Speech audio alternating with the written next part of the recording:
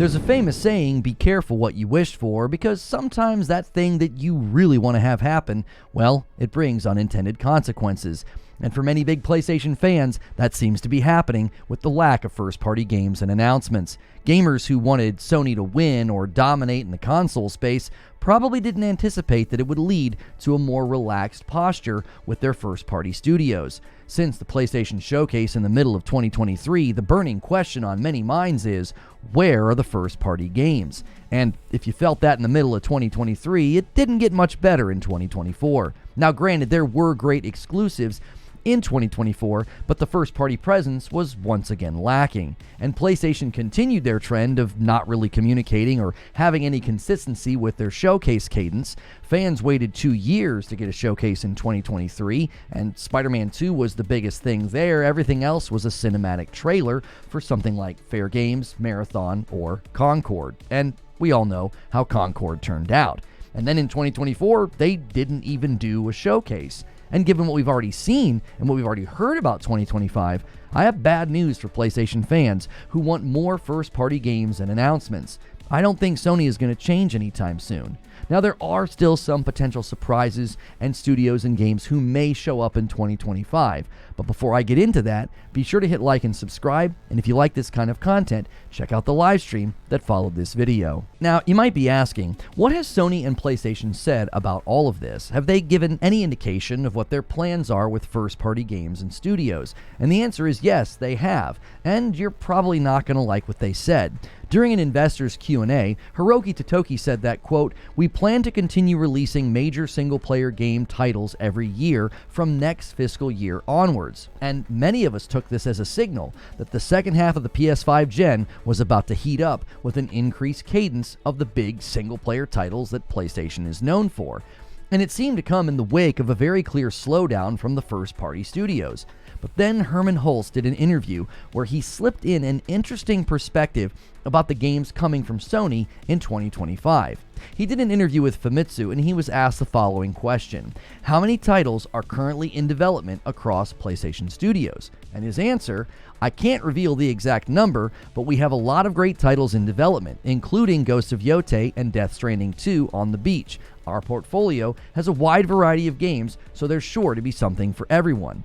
Now, the first part of his answer isn't that alarming. I don't expect a hard number of how many games are currently in development. But it's the second part where he says, we have a lot of great titles in development, and then he includes Death Stranding 2. Now, Kojima Productions is not a first-party studio, and the rights to the IP were sold back to Kojima.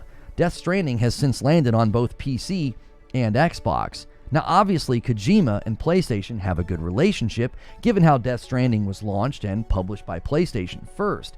Now, they also sold the rights to Kojima back to him, so that was probably part of the deal. But this means that Hermen Hulst and PlayStation view Death Stranding 2 as, quote, their game. And if this is them making good on the commitment from Hiroki Totoki, we could be getting no other first-party games in 2025. Which begs the question, why would PlayStation space out their games so much? This is why I said to be careful what you wish for. Traditionally, those who cheered for a particular side in the console war would celebrate certain things, snagging exclusives, selling more consoles, or getting things early while the other platform had to wait for it. Well, PlayStation has seemingly won that fight so handedly that they now have a full calendar of exclusives or relationships that they just have to respect.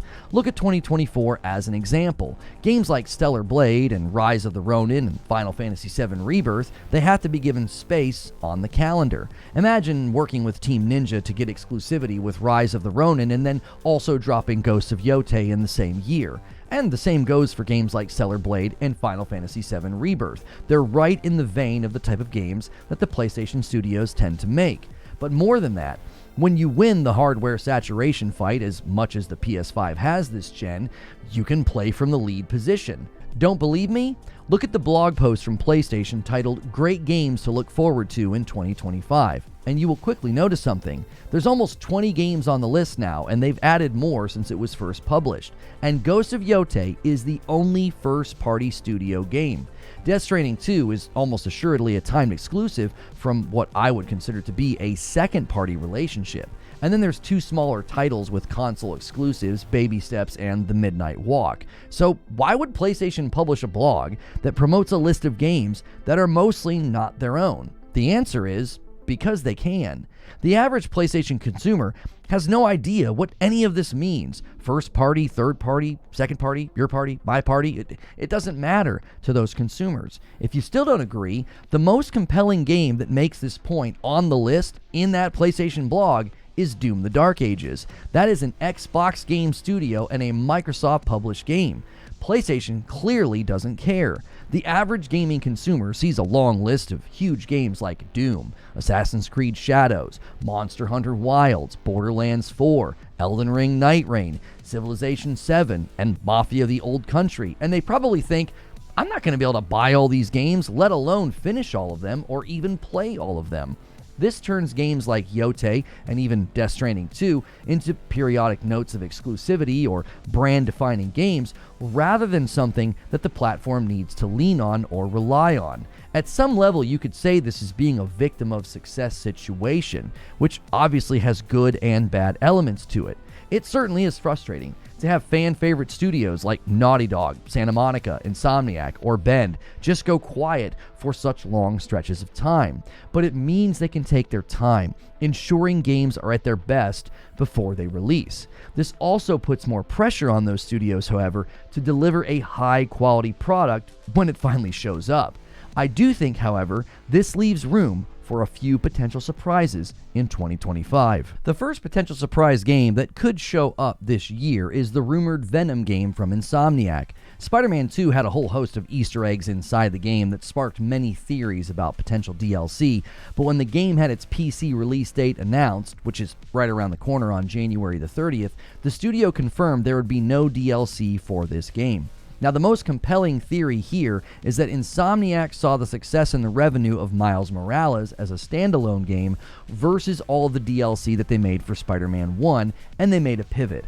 Rather than sell a few $10 DLCs for Spider-Man 2, you could do a spin-off game for $40 or $50 and use Venom.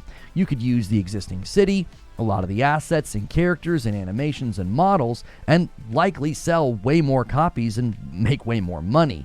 Given the choice between the two, I actually would prefer buying a $40 or $50 standalone Venom game as opposed to DLC in a game I've really spent enough time in and enjoyed and rolled credits on.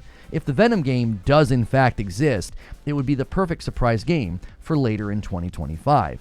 Now, in the same vein, Wolverine could show up as well. I continue to think that that game is destined to land in 2026, but Insomniac has a wizard-like ability to crank out games, and much of the core systems in Wolverine could lean on work they've already done in Spider-Man. It's based in the real world. You could have buildings and humans, and even some of the attack animations somewhat cross over, or just something to build upon or be used.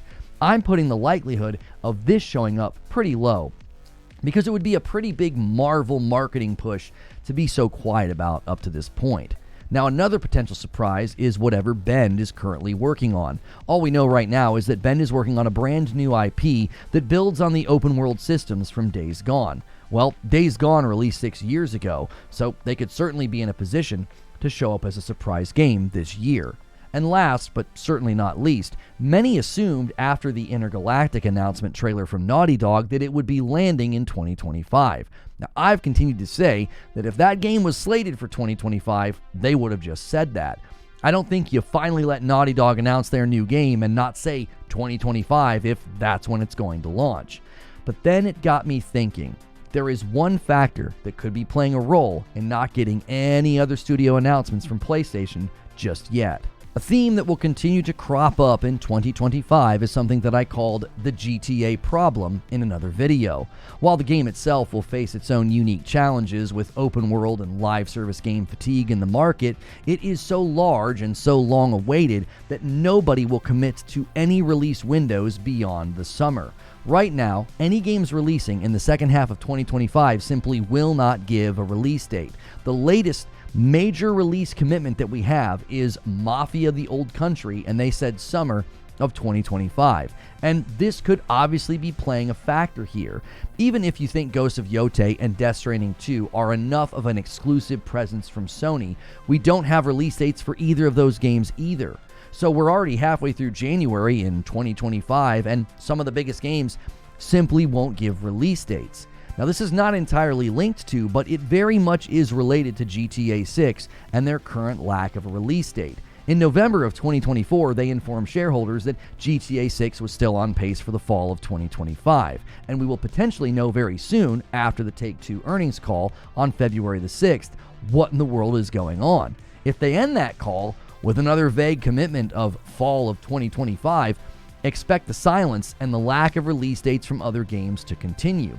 But if we get a hard release date for GTA 6 or even a delay announcement, expect a lot of companies to suddenly have release dates for the fall and the winter. And that could be what ushers in a surprise PlayStation first-party game announcement or a release.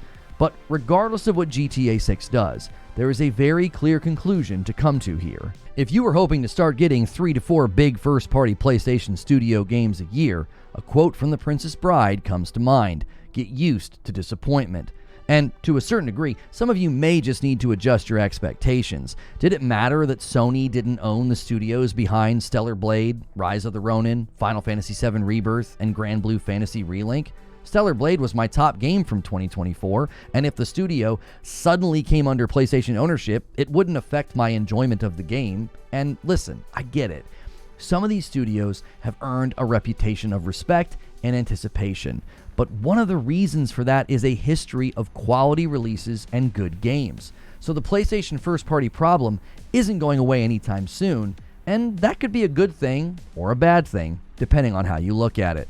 But those are just my thoughts, and I'd love to hear yours. You can leave a comment below, and you might get featured in the live stream that follows this video. It's usually in a card here, and I also pin a link below in the comments. And as always, if you like this kind of content, please remember to hit like, share, and subscribe.